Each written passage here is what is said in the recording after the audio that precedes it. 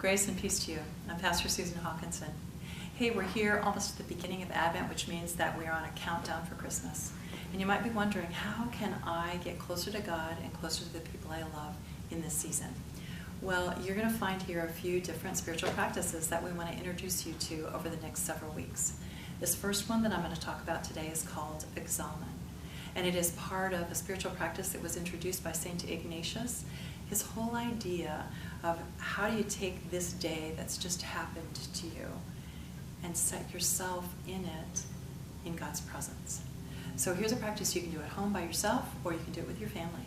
Really simply, you start with a lit candle.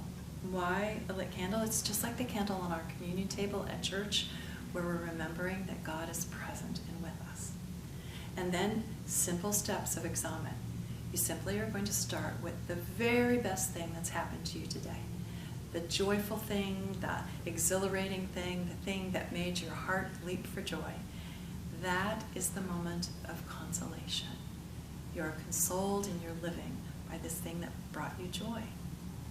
And then the second piece of the Examen is to look at the desolation of the day. What was the worst? What was the thing that made you angry? What was the thing that caught your heart and brought shadow into it? What was the thing spoken, said, done that crushed part of your soulful being? That is the desolation.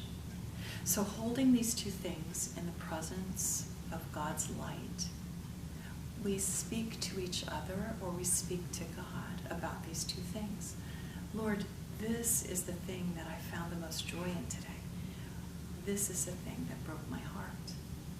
Now, if we're working together on this with our family, our children, our spouses, our friends, then we ask them, what do you see? What do you hear?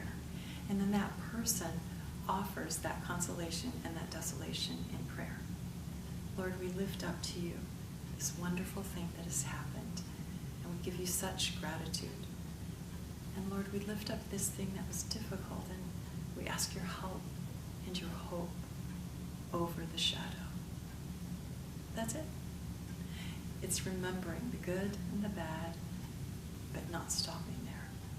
Putting it in front of God's care and God's presence, because there is a wonder of what happens when we let the breath of God into our days.